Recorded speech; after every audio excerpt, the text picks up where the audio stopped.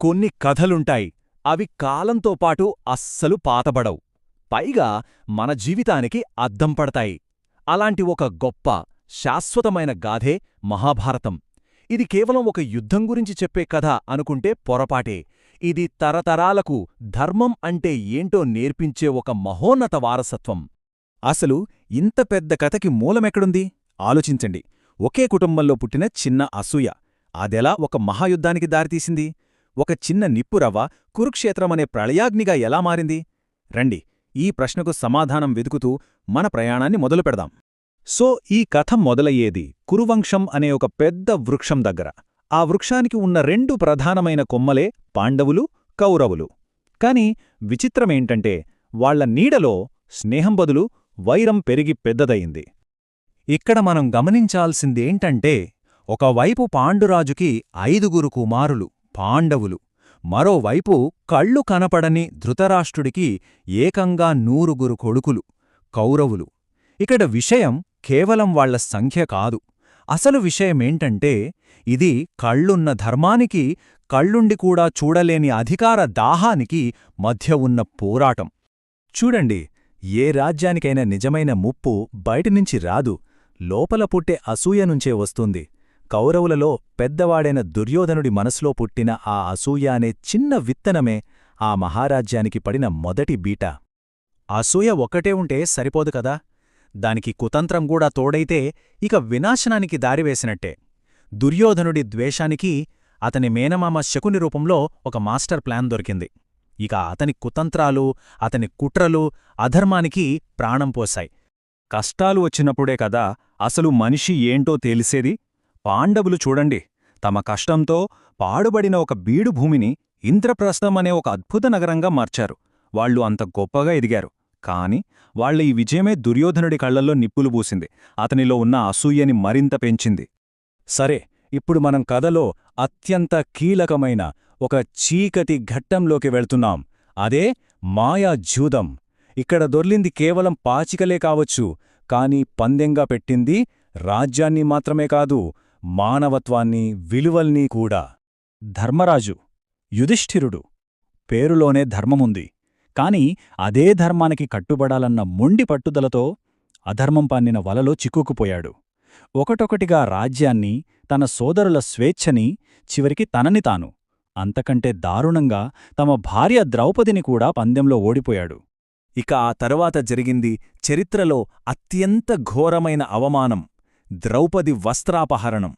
ఇది కేవలం ఒక స్త్రీకి జరిగిన అవమానంగా చూడకూడదు.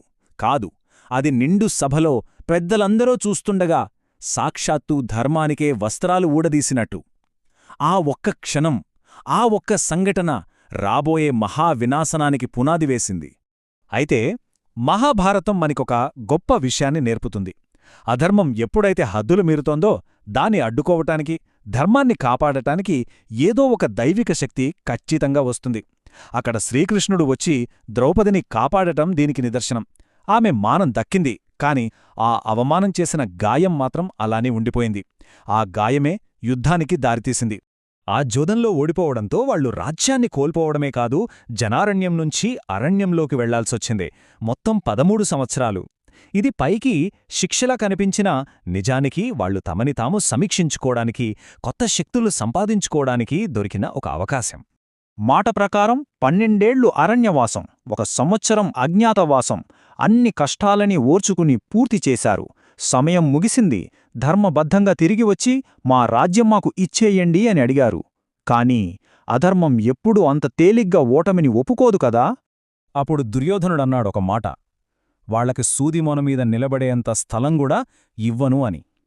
ఆ ఒక్క మాటలో ఉన్న అహంకారం శాంతికున్న చివరి ఆశను కూడా చంపేసింది. ఆ ఒక్క మాటే లక్షల మంది చావుకి కారణమైంది. ఇక శాంతికి దారులు మూసుకుపోయాయి, మాటలు ఆగిపోయి ఆయుధాలు మాట్లాడాల్సిన సమయం వచ్చింది. కురుక్షేత్రం సిద్ధమైంది. అది కేవలం ఒక యుద్ధభూమి కాదు, అది ధర్మానికి, అధర్మానికి మధ్య జరిగే ఆఖరి పరీక్షకు వేదిక. కాని అసలు యుద్ధం మొదలయ్యే సమయానికే అర్జునుడికి ఒక పెద్ద సందేహం వచ్చింది. ఎదురుగా ఉన్నది తన సొంత తాతలు, గురువులు, సోదరులు. వాళ్ళని ఎలా చంపాలి అని అతని ధైర్యం సడలింది. అప్పుడు అతని రథసారథి అయిన శ్రీకృష్ణుడు అతనికి కర్తవ్యం గురించి బోధించాడు. అదే భగవద్గీత. అది కేవలం అర్జునుడి కోసం చెప్పింది కాదు, ఈరోజు మనందరికీ దారి చూపే ఒక గొప్ప గ్రంథం. ఆ తరువాత 18 రోజులపాటు భయంకరమైన యుద్ధం జరిగింది. ఆ యుద్ధంలో ఎవ్వరూ మిగల్లేదు. భీష్ముడు, ద్రోణుడు, కర్ణుడు ఇలాంటి మహామహులందరూ నేలకొరిగారు. చెప్పాలంటే ఒక కుటుంబం తనని తానే నాశనం చేసుకుంది. చివరికి ఈ కథ ఎక్కడ మొదలైందో అక్కడే ముగిసింది. ద్రౌపదిని అవమానించినప్పుడు భీముడొక ప్రతిజ్ఞ చేశాడు. ఇన్నాళ్లకి దుర్యోధనుణ్ణి ఓడించి ఆ ప్రతిజ్ఞ నెరవేర్చుకున్నాడు. చూశారా, కర్మ ఎవరినీ వదిలిపెట్టదు అనడానికి ఇదే నిదర్శనం. యుద్ధమైతే ముగిసింది, గెలుపు పాండవులదే. కాని మిగిలిందేంటి? అంతా బూడిద, శవాల గుట్టలు, కన్నీళ్లు. కాని ఆ బూడిదలోంచి ఒక నిజం మాత్రం నిప్పులా నిల్చింది. అదేంటంటే, అధర్మం ఎంత పెద్దదైనా, ఎంత బలమైనా చివరికి గెలిచేది ధర్మమే. సో ఫైనల్గా ఫలితమేంటి? చాలా సింపుల్. కౌరవుల రూపంలో ఉన్న అధర్మం ఓడిపోయింది. పాండవుల రూపంలో ధర్మం మళ్ళీ గెలిచింది, నిలబడింది. ఇది కేవలం ఒక యుద్ధంలో గెలుపు కాదు, ధర్మమనే వ్యవస్థను మళ్లీ నిలబెట్టడం. యుధిష్ఠిరుడు రాజు అయ్యాడు, కాని అతనికి దక్కింది కిరీటం, సింహాసనం మాత్రమే కాదు, సర్వనాశనమైన ఒక రాజ్యాన్ని మళ్లీ బాగుచెయ్యాల్సిన బాధ్యత. పాండవులు ఆ బాధ్యతను కూడా గొప్పగా నిర్వర్తించారు. కొన్నేళ్లపాటు ధర్మంగా పరిపాలించి రాజ్యాన్ని తర్వాతి తరానికి అప్పగించి స్వర్గానికి తమ ఆఖరి ప్రయాణాన్ని మొదలుపెట్టారు. కాని ఇన్ని జరిగాక ఈ మొత్తం కథ మన ముందొక పెద్ద ప్రశ్నను ఉంచుతుంది. సరే, ధర్మం గెలిచింది, కాని ఆ గెలుపు కోసం ఇంత వినాశనం అవసరమా? ఇంతమంది ప్రాణాలు పోవాలా? ఇలాంటి నాశనం మీద కట్టిన శాంతి నిజమైన శాంతి అవుతుందా? దీనికి సరైన సమాధానం ఒక్కటే అని చెప్పలేం. ఈ ప్రశ్నల గురించి ఆలోచించడమే మహాభారతం మనకిచ్చిన అసలైన వారసత్వం.